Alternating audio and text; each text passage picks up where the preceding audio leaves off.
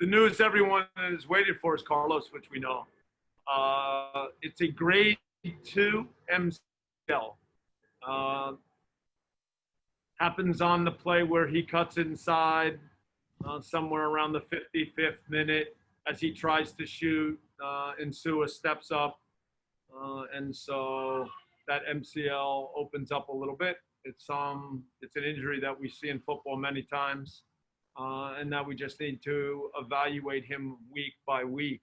Oftentimes with an MCL, the player is able to start running straight ahead pretty quickly, but the time frame is really determined as he gets into more cutting, striking the ball, as to how long it'll take. So we don't have an answer on that. Edward continues to do more work on the field. He is not in regular training, so he is also still out at this moment. All right, and we're going to start taking some questions. We're going to start with Mark Rogandino. Rogo, you want to unmute yourself and start?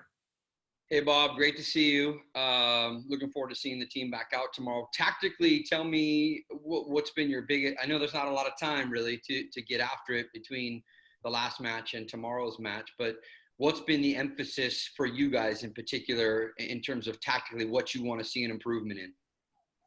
I think the number one thing is obvious. It's defending set pieces, defending corners. We're a team that over the years has defended corners well. And now this year, we've been susceptible. And it's come in different ways. It's come in what decades, which is the way Portland equalized late. It came late in the game versus Orlando, where our ability to close the gap and get inside Joao Moutinho wasn't done well enough. And now in this game, it's more awareness that as they play backwards, our ability to move out quicker and still at the same time be aware of the players that are now moving through from the Galaxy. So we've always felt good about how we've defended corners, and now when you have a period where you start to give up some goals, today was a day of really going back to some basics and making sure everybody understood some of the details that make the most difference.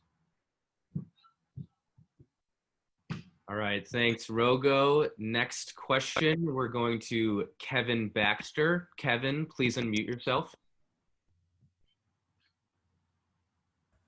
Hey, Bob, how you doing? Good, thank you. So this road trip, it's a strange road trip where you fly up, day of game play, you turn around, come back. Probably going to be a long travel day. Maybe the best way to deal with the altitude, though. This is, I guess, something you've never dealt with before. How are you planning to handle this? I have dealt with it, but the players haven't, and that's more important. In Norway, oftentimes we did fly the day of the game. Most of the flights were short. Arrive, go to the hotel, have our pregame meal, usually have the match meeting at the hotel, go to the stadium, play, and then fly back after the game. So I understand a routine that makes sense, and now we've given the players the details, and that's how we'll handle it for tomorrow. Thank you, Kevin. Next question, we're going to Giovanni Garcia. Gio, please unmute yourself. Hey, Bob, can you hear me? Yes, Gio. Hey, Bob, obviously you have the tough news with Carlos Vela and obviously Atuesta. Moving forward, what would you like to see from the top three guys, and how much will we see of Adrian Perez in these next couple games? Well, let's talk a little bit about Adrian. It's been a season that fits with what everybody has experienced in 2020. Adrian had an excellent preseason. Came on as a reserve late in the home match versus Lyon and helped us in a way that he was on the field when we got the third goal. He took a kick in training and he was out for both the Miami and the Philadelphia games. COVID hit, and like everybody, he kind of got locked down when we started up again. I think he was behind. He hadn't found a good way to keep himself going during the break. He suffered a hamstring strain, and that kept him out.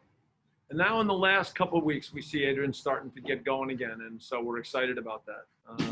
Probably played more minutes when he came on the other day than we thought he was ready for, just because we had to make the change when Carlos went out. But we believe that Adrian has grown a lot since he arrived here, and hopefully we're getting him prepared for a good stretch where he'll get opportunities and can continue to show that he's made progress.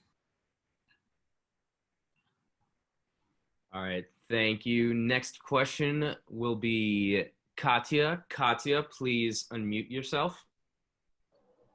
Thank you.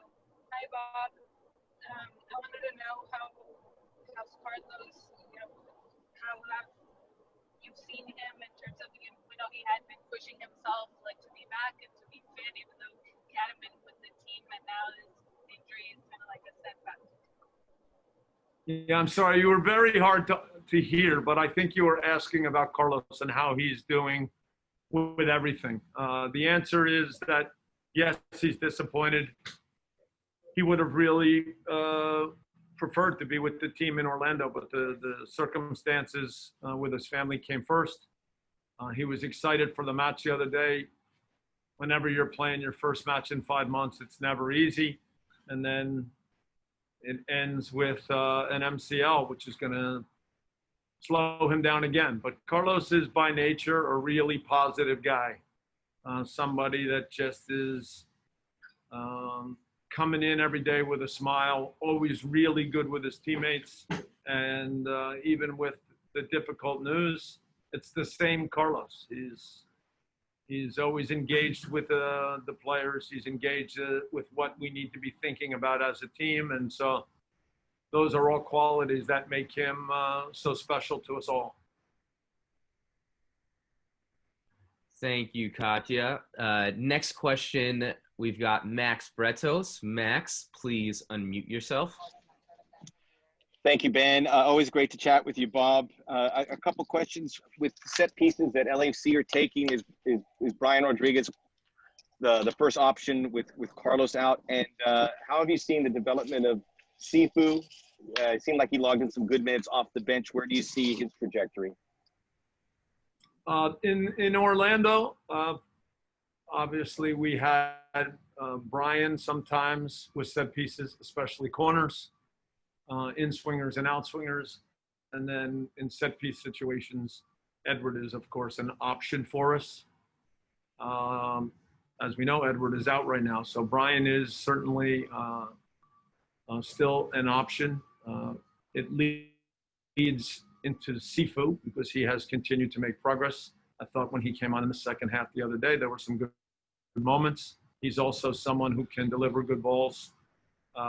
And his delivery, free kicks, that kind of thing are good. He took a free kick the other day, didn't choose to shoot on goal, but still tried to play a clever ball in from the position where the foul occurred. So those are two of the possibilities that we have in the moment. Great.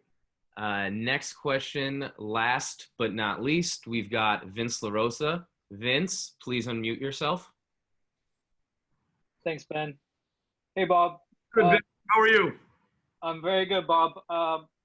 My question for you is, after the performance, when a lot of players, or I should say, few players can probably raise their hand and feel like they had a good game. Pretty much all of them felt that way, Vince.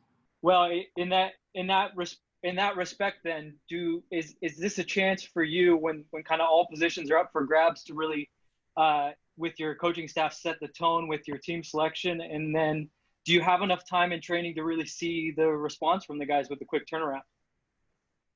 We had video yesterday, some strong points, followed with a really good training session today. A little bit lighter with the focus on some details of Salt Lake and, again, the details on set pieces.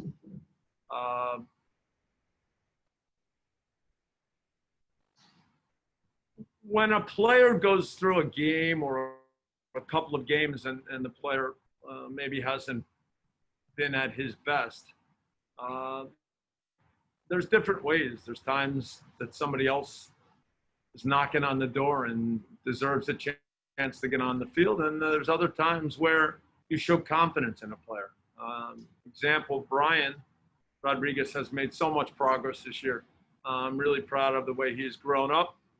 The other day when we made 2 changes at halftime, he came off. We could have made more, but I don't think Brian played to his level the other day.